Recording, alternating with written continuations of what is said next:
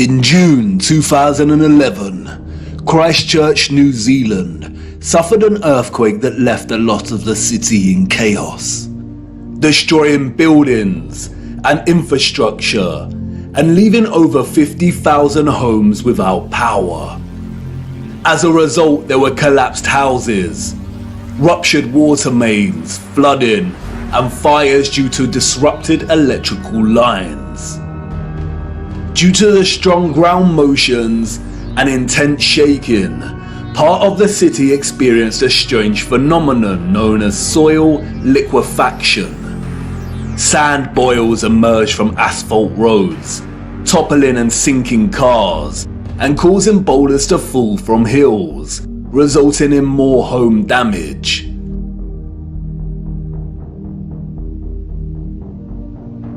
Soil liquefaction occurs when saturated soil loses its strength and stiffness in response to an applied stress, such as shaking or other sudden changes, such as a strong explosion. Loose, saturated soil or sand has a tendency to compress when a load is applied, but in the event of a stress, such as shaking or an explosion, we see the opposite. The soil tends to dilute, and the result is treacherous quicksand or quick clay. The land turns to liquid, causing structures of heavy mass such as buildings, infrastructure, and cars to start sinking, topple over, or collapse. It can also affect dams and bridges. Turbidity currents can also form huge landslides that are impossible to stop. In the worst case scenario, entire cities may be destroyed. As you can see, liquefaction can move entire areas of land. The mud can rise dramatically and rapidly, and its destructive force is unstoppable. It is a well-documented phenomenon. The 1964 earthquake in Nagata, Japan caused liquefaction, and we can see the effects very clearly in these photos. The same here with the 1964 Alaska earthquake. Buildings toppling, cars sinking, infrastructure collapsing. Once the stress has subsided, the soil begins to solidify once again, and we can see the aftermath. Uneven, muddy streets remain where there was once road paving. Returning to photographs of 19th century cities, we see a similar situation here. The roads are unrefined and full of mud.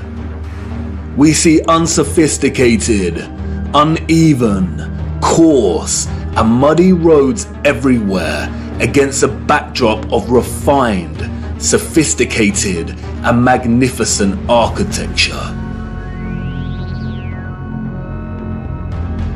Could these cities have suffered the similar fate of soil liquefaction that we see in more recent times?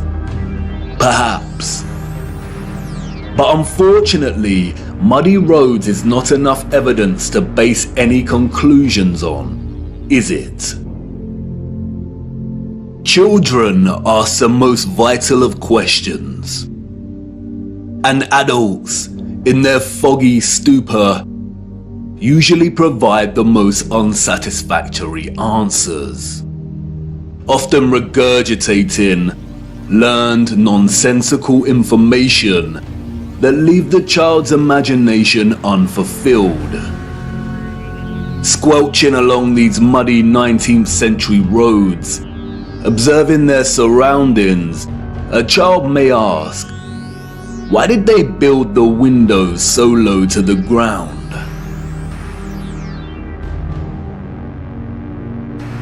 And what an excellent question. Yes, why indeed did they build windows on ground level? For you see, the people we see in these photographs, sadly, did not build this architecture. And maybe some of them, at some point in their busy day-to-day life, ask the exact same question. We see it everywhere. Windows at ground level.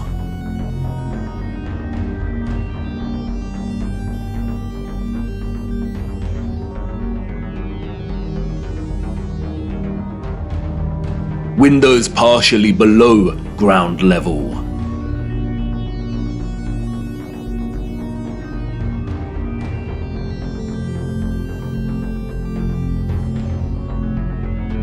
First floor entrances raised from the ground level.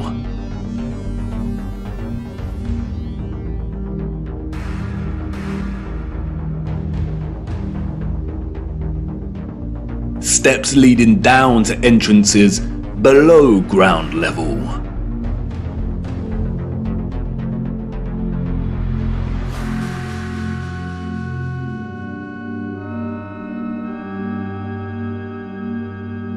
We can find this in almost every major city across our realm.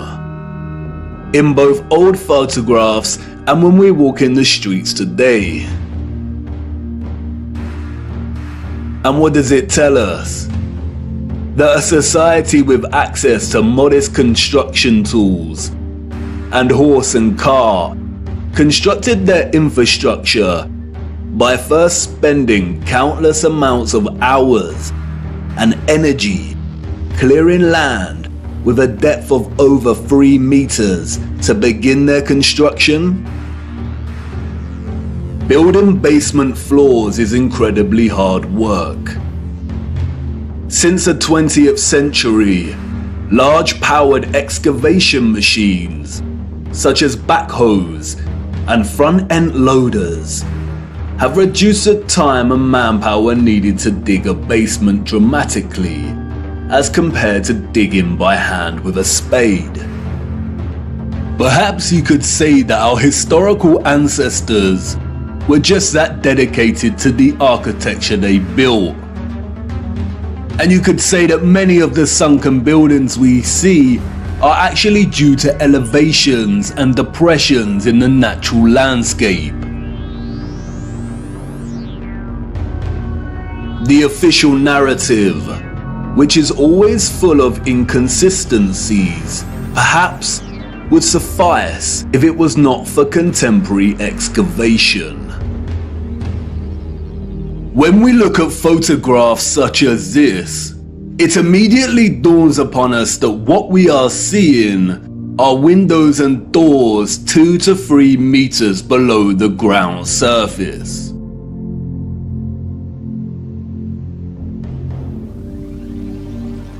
Why are there windows and doors underground?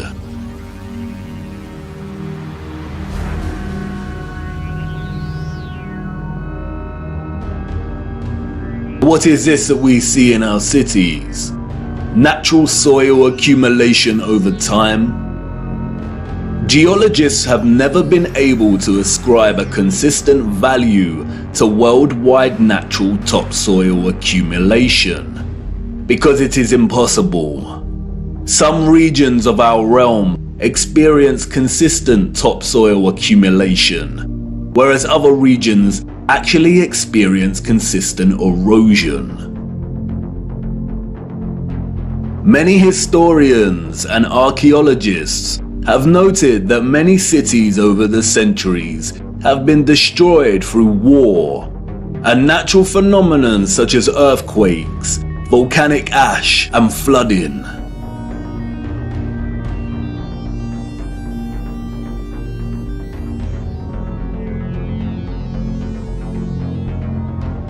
Aren't these just the layers of previous civilizations?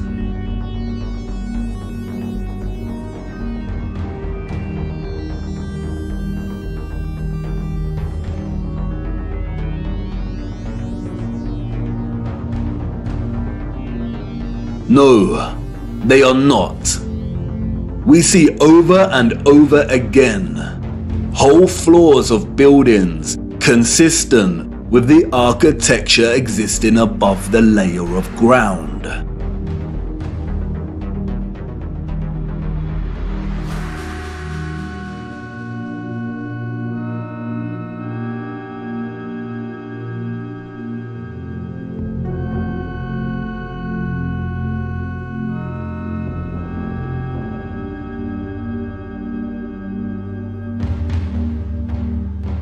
You see, what lies beneath is not the unfamiliar traces of previous generations, but of the same generation that built these structures. And once you really see this kind of sunken, buried infrastructure that exists in such prevalence across our world, you can never unsee it.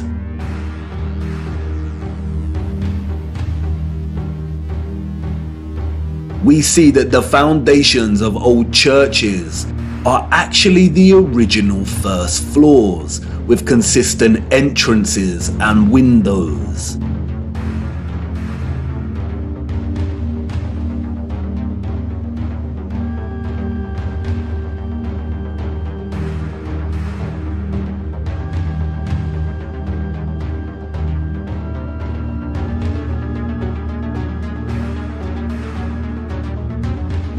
We see mosaics unearthed. We see pillars, columns and arches that were originally much larger, and it was the layer of soil that reduced their size, as if they weren't big enough to begin with.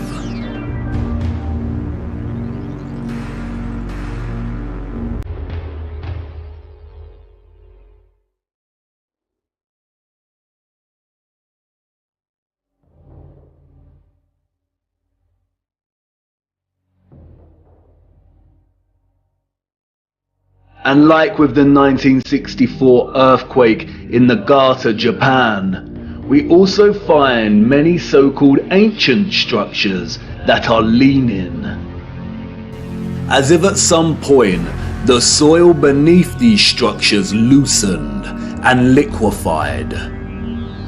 We have the Sahersen Church Tower and Our Dear Lady at the Mountain Church Tower in Germany, the Tiger Hill Pagoda in China, the Leaning Tower of Neveyansk in Russia, the Leaning Temple of Huma in India, Oudkerk in the Netherlands, the Tower of Zaragoza in Spain, and, of course, the Tower of Pisa. The official liars of the world try to justify the buried and tilting structures we see, filling our heads with stories of antiquity and ever-changing geology. But it becomes trickier for them when we turn our attention to America. If we are to believe their narrative, then all of the buildings we see in 19th century photographs of the burgeoning American cities are newly constructed. Why do we see famous structures, such as the Washington Capitol building, with consistent infrastructure that buries very deep into the ground? And again, the inconsistencies do not add up. Why would an underdeveloped people waste resources, energy, and time constructing the foundations of the Capitol building to be consistent with the column style we find above the surface? The foundations did not have to feature columns. Columns, we are told, are a stylistic choice, not a functional one. So why would they do this? In a nutshell, they wouldn't.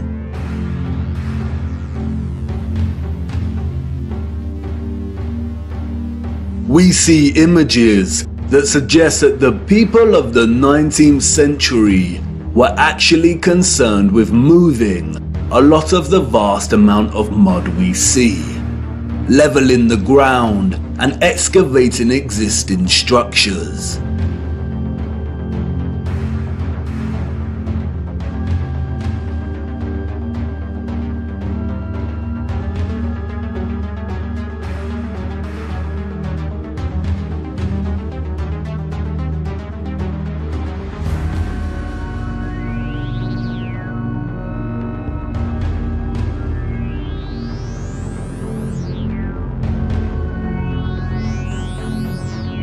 The consistency and prevalence of buried architecture across our realm indicate that whatever happened was a worldwide event, despite regional differences in natural topsoil accumulation and erosion.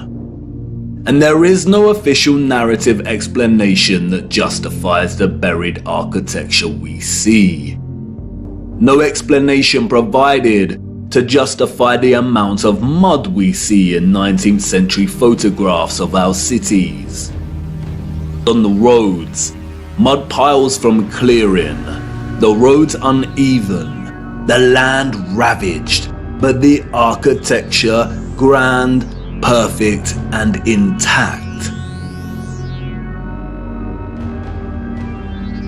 Applauded by literary scholars for his use of fog as an opening simile and metaphor to paint a portrait of London as a corrupted hub amidst burgeoning industrialization, many often overlook that Charles Dickens's 1852 novel Bleak House actually opens with a different image. London, Michaelmas term lately over, and the Lord Chancellor sitting in Lincoln's Inn Hall. Implacable November weather, as much mud in the streets as if the waters had but newly retired from the face of the earth. Liquefaction caused havoc across Christchurch and the Garter, but these were isolated earthquake events, and only portions of each city were affected. It is not possible for there to have been huge, simultaneous earthquakes around the world during a similar period. Or is it? Even Wikipedia tells us that liquefaction can occur naturally or artificially, from an earthquake or other sudden change in stress condition. Even if this was the case, we do not see the same structural damage to the buildings in the 19th century like we do in cases such as Christchurch and the Garter. Most of the buried architecture we see is intact. It is either sunken or the ground level has been raised at least 3 meters, sometimes in a uniform manner, and other times partially buried in rolling mud hills, as if there were huge landslides.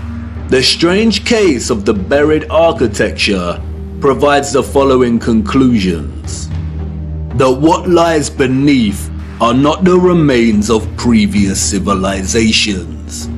More often than not, the buried structures are consistent with the architecture we see above ground. That the structures are much larger than originally suspected, and therefore they are even more of a construction impossibility for a Victorian generation of horse and car, and those existing before them. That natural topsoil accumulation and soil liquefaction are not satisfactory explanations for what we see here. Whatever took place had to be something much larger and widespread, such as a natural or artificial earthly cataclysm of sorts. As many of the photographs show, many citizens of the 1800s were responsible for moving much of the mud, leveling the ground, and excavating buildings, which suggests that whatever happened had happened very recently in their past. The complete absence of a reasonable mainstream justification for the buried architecture we see suggests that the controllers of our realm are deliberately trying to hide whatever happened. And what of the deserted cities we see in the earlier photographs? If these cities were truly empty, then we must ask why. We must also ask how all the people got there in the end. In the space of 30 or so years, we see a city go from barren to bustling. Interestingly, it is Charles Dickens and 19th century literature more generally that offers some clues. Two central themes run throughout 19th century Victorian literature: that of marriage and female chastity, and that of orphans and adoption. Many of the fictional characters we've come to love over the years are orphans. We have Oliver Twist and Pip from Great Expectations. We have little orphan Jane Eyre and Heathcliff from Wuthering Heights. We have Mowgli from The Jungle Book, Cosette from Les Miserables. We have Heidi, Rapunzel, Peter Pan, Snow White. We have Tom Sawyer and Huckleberry Finn and Anne of Green Gables. And these books were of their time as far as orphan prevalence goes. The only issue is that these novels romanticize the orphan as a figure dislocated from society by default, and therefore pave their life's path as one of unforeseen opportunity. This was not reality. The theme of marriage and chastity that we find in so many 19th century literary works, such as those by Jane Austen, the Brontes, George Eliot, Dickens, Thomas Hardy, Leo Tolstoy, Victor Hugo, and more, was nothing more than carefully disguised, well-written propaganda, with the sole purpose to solidify and justify a social value framework that would separate children from their mothers. Children born outside of marriage or wedlock were regarded as illegitimate, meaning they did not have a legal status. Illegitimate children was a serious stigma throughout the 19th century. The majority of employers would not hire women with an illegitimate child. Many unwed mothers with illegitimate children ended up without a home, in poor health, starving, exhausted. Their only place of refuge would be the workhouse, where they would carry out the most unpleasant duties. In some places, women with illegitimate children were singled out and had to wear a special uniform, which alerted everyone to their status as an unmarried mother or fallen woman. As a result, a vast amount of orphanages and foundling institutions were established. This is the London Foundling Hospital that was very active in the 19th century. Look at the size of it. Charles Dickens was obsessed with this place. Inspiration, they say. The official narrative tells us that an estimated 4,500 women handed over their children to this huge building. But this was just one institution. Wikipedia gives us a partial list of over 64 orphanages that were founded in the UK during the 19th century. The list is only partial. The peculiar case of the vast amount of parentless children in the 19th century is well documented by many researchers. And most of them agree it is almost impossible to establish figures that really do justice to just how many orphans there were during this period. Their footprint did not enter the record books. It formed in the mud and was then washed away. It wasn't just the UK. This was a worldwide phenomenon.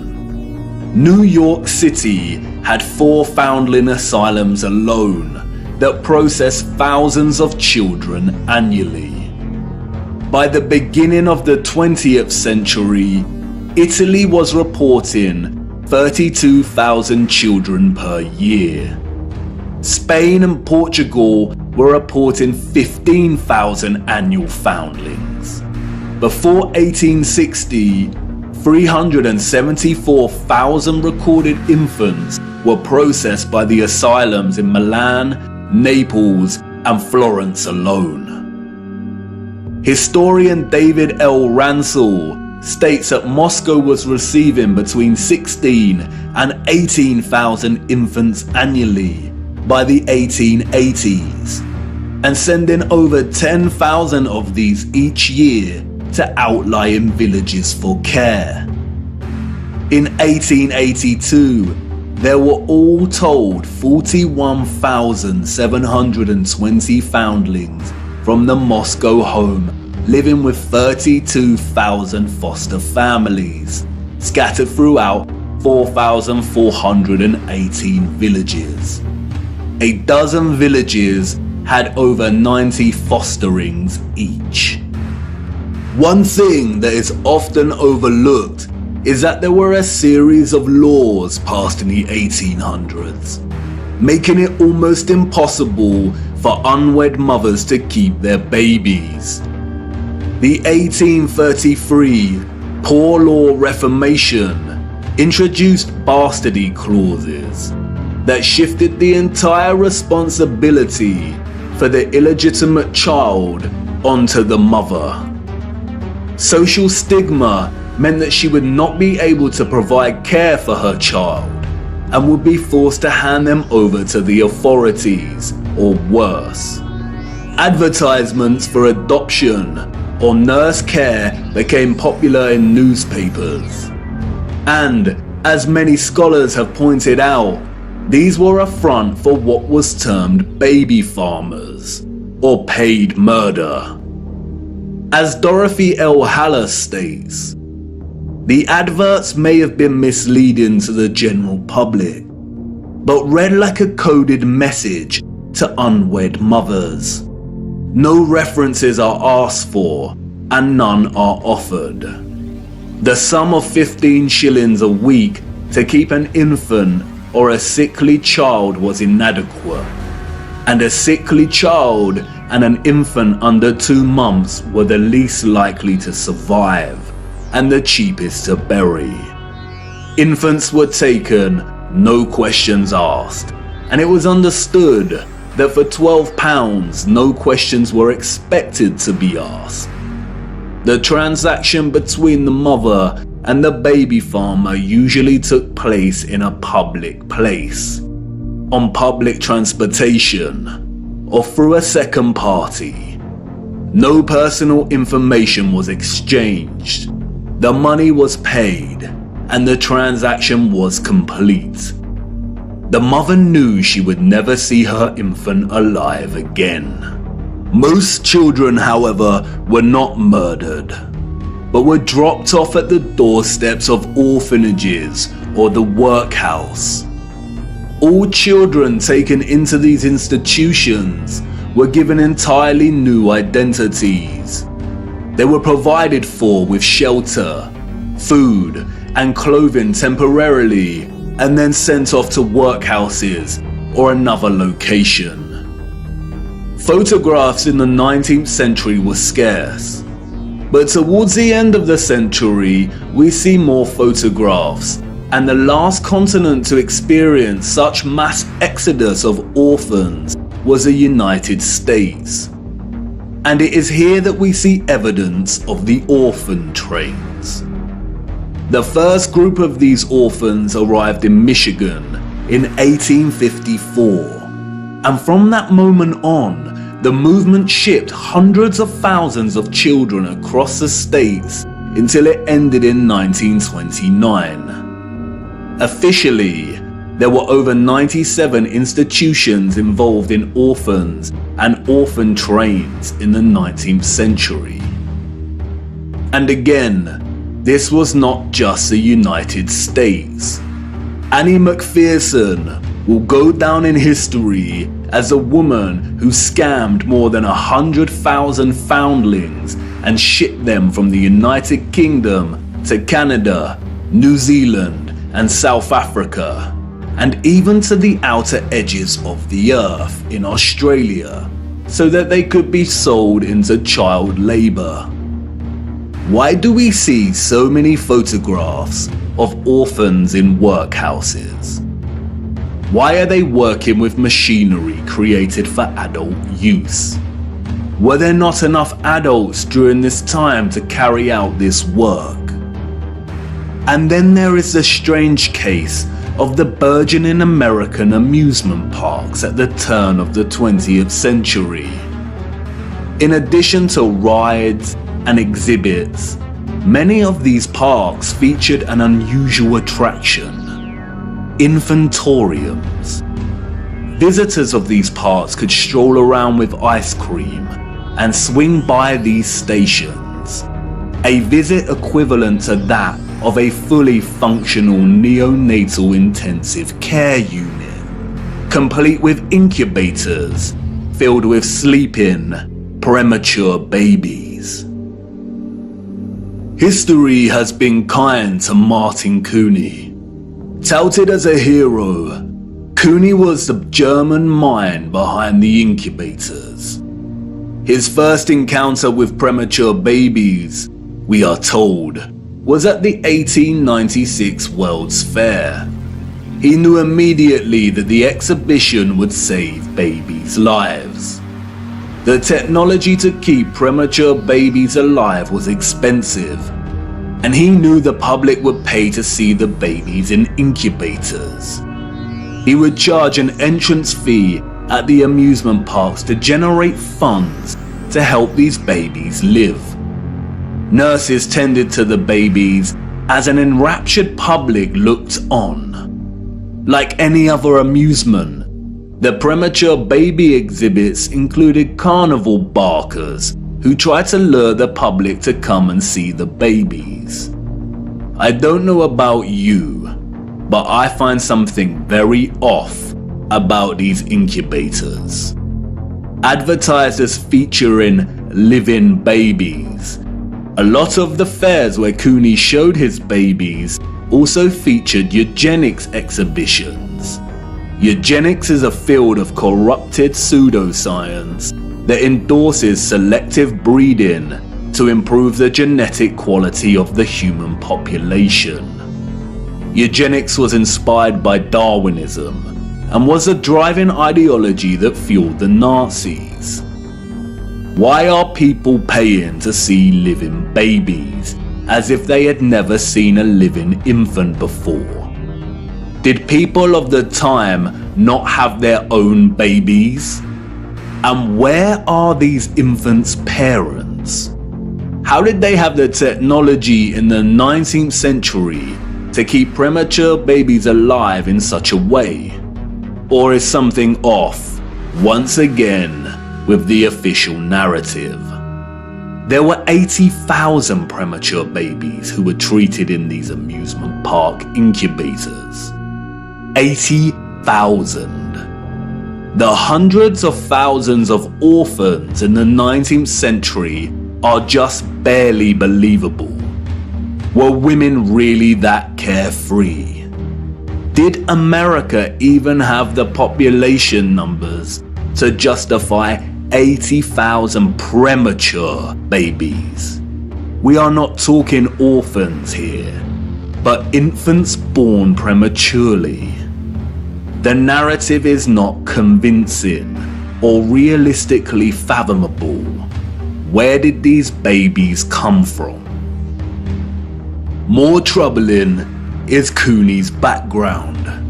As many historians have pointed out, he had no medical degree or training. His story is a very similar one of unconvincing philanthropy that we find surrounding some of our contemporary figures today that also do not have medical degrees. And then there is Marie Dressler, a Canadian silent film and Depression-era movie star. She adopted one of these incubator babies. celebrities and adoption.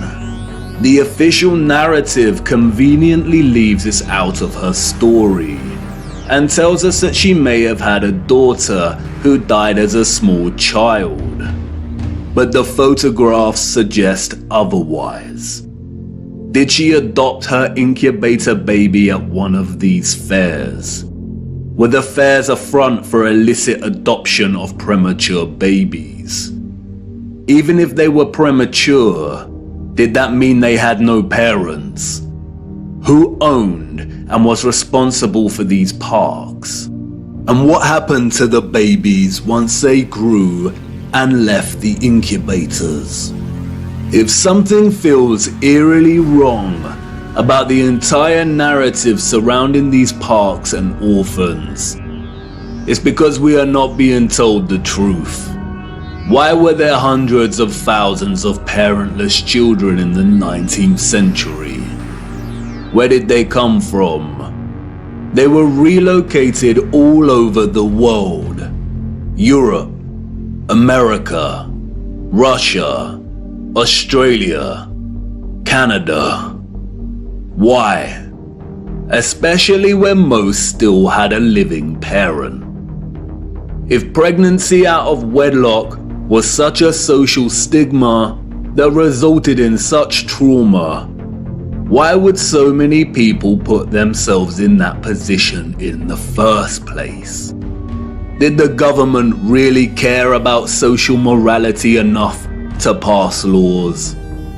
And all the effort to build and maintain orphanages and orphan relocation networks, would this not burden governmental finances and administration systems?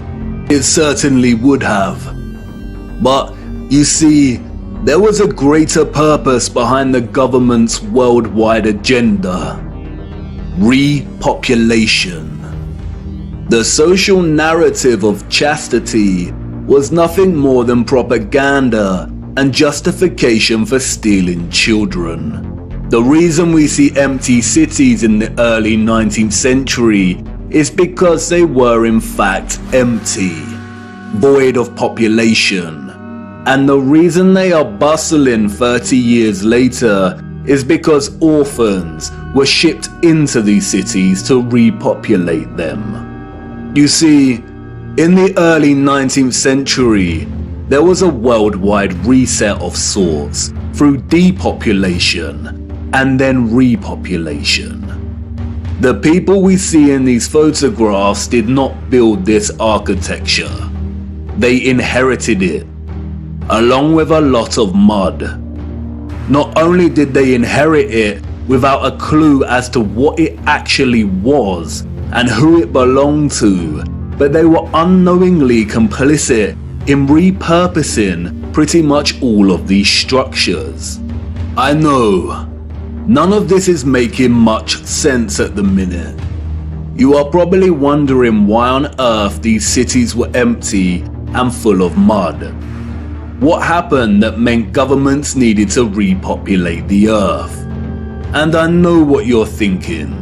This is all very intriguing, but what does this have to do with flat earth? You want to know more about the firmament, the sun and moon, and our stationary plane. Do not worry. Everything will become clearer as we continue our journey. The prevalent evidence of buried infrastructure, coupled with deserted cities and a burgeoning industry of orphans, is just a start. These are all necessary clues, hinting at some kind of cataclysm, but the real story hasn't truly begun yet. The stage had to be set first, and now it is ready. And even if you cannot see it yet, I know you feel it, viewer. The deserted cities, the buried architecture, and orphans all signal a looming darkness. There is a great black cloud in front of us, and I won't lie, we are heading right into the heart of it. And like I said before, we do not have much time. Come on. It's time for me to honor my promise and take you back to the future.